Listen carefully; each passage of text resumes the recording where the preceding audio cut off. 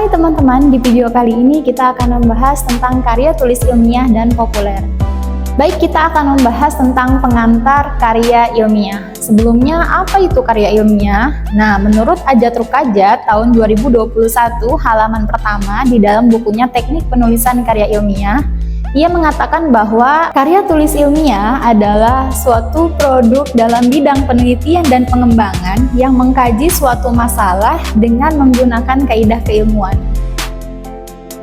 Nah teman-teman, tadi kita sudah membahas tentang pengertian dari karya ilmiah itu sendiri. Lalu apa fungsi karya ilmiah? Fungsi karya ilmiah itu terdiri dari 3 aspek. Yang pertama sebagai penjelas. Sudah jelas ya bahwa karya tulis ilmiah itu menjadi penjelasan dalam setiap fakta maupun masalah yang terjadi. Kemudian yang kedua sebagai ramalan. Kemudian yang ketiga sebagai pengawasan, yang dimana sudah jelas bahwa karya tulis ilmiah ini sebagai target atau acuan atau sebagai pengawas dalam setiap ilmu pengetahuan yang ada pada zaman ini atau pada saat sekarang. Selain tadi sudah kita bahas tentang pengertian dan fungsinya, saat ini kita akan membahas tentang karakteristik karya ilmiah. Karakteristik karya ilmiah terdiri dari 3 aspek. Yang pertama yaitu rasional sesuai dengan akal kita. Yang kedua sesuai dengan data atau objektif. Yang ketiga tidak memihak atau apa adanya sesuai dengan fakta yang terjadi di lapangan.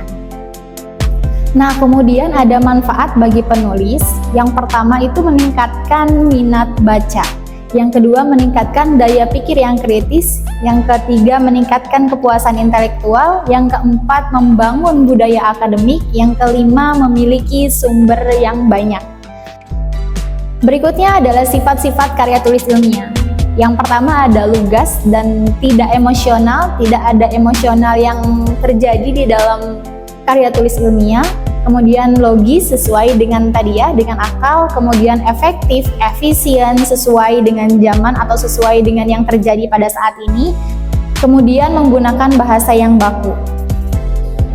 Jenis-jenis karya ilmiah yaitu ada skripsi, tesis, makalah, artikel, disertasi, dan laporan penelitian lainnya.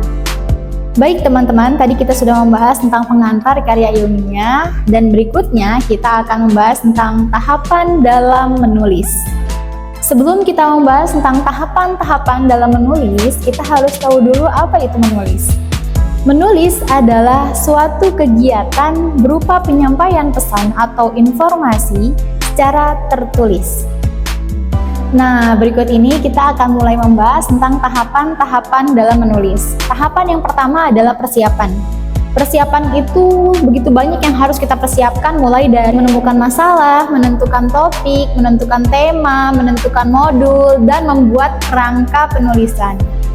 Tahap yang kedua yaitu tahap penulisan. Nah, di tahap ini kita sudah mulai menulis sesuai dengan kerangka penulisan yang sudah kita buat di tahap persiapan. Nah, kemudian setelah kita mulai menulis sesuai kerangka, kita juga harus memperhatikan pedoman penulisan. Tahap yang ketiga adalah tahap review, yang dimana di tahap ini kita melihat kembali atau membaca kembali dari paragraf per paragraf, dari kalimat per kalimat, dari kata per kata, apakah sudah benar, sudah baik atau belum. Jika belum, maka bisa dirubah. Jika memang sudah merasa itu sudah baik, maka tahap selanjutnya adalah tahap publish. Jadi tinggal dipublikasikan. Berikutnya kita akan membahas tentang kutipan dan rujukan. Yang dimana kutipan dan rujukan ini begitu sangat penting teman-teman untuk menunjang karya tulis ilmiah kita. Lalu apa sih yang disebut dengan rujukan? Rujukan adalah sesuatu yang digunakan untuk memberikan informasi dan memperkuat pendapat dengan jelas. Nah, kemudian ada fungsi dari rujukan. Fungsi rujukan itu yang pertama sebagai landasan teori, yang kedua sebagai penguat, penjelas, dan juga sebagai bukti penunjang pendapat dari penulis.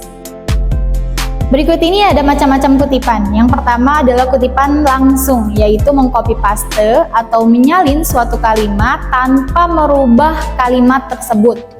Nah, kemudian yang kedua adalah kutipan tidak langsung, yaitu mengutip atau mengcopy paste suatu kalimat dengan merubah kalimat aslinya, tapi tanpa merubah isi kalimat tersebut. Nah, kalau sebelumnya kita membahas tentang pengantar karya ilmiah, sekarang kita akan membahas tentang karya ilmiah dan populer.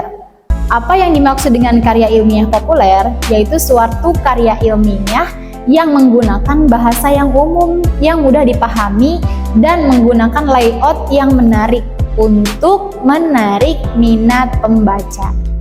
Contoh dari karya ilmiah populer yaitu biografi, buku motivasi, koran, majalah, dan masih banyak lagi. Ada ilmiah populer dan ilmiah murni.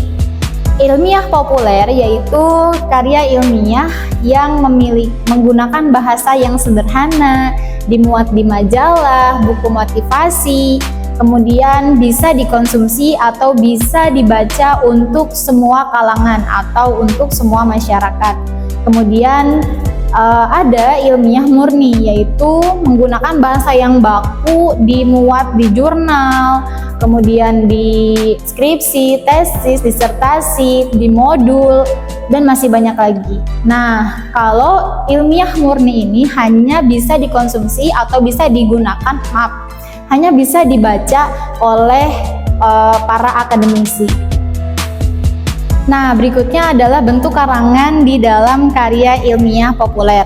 Yang pertama adalah deskripsi, yaitu karangan yang menggambarkan. Kemudian yang kedua ada narasi, yaitu karangan yang berbentuk cerita, sehingga menceritakan sampai ke detail-detailnya.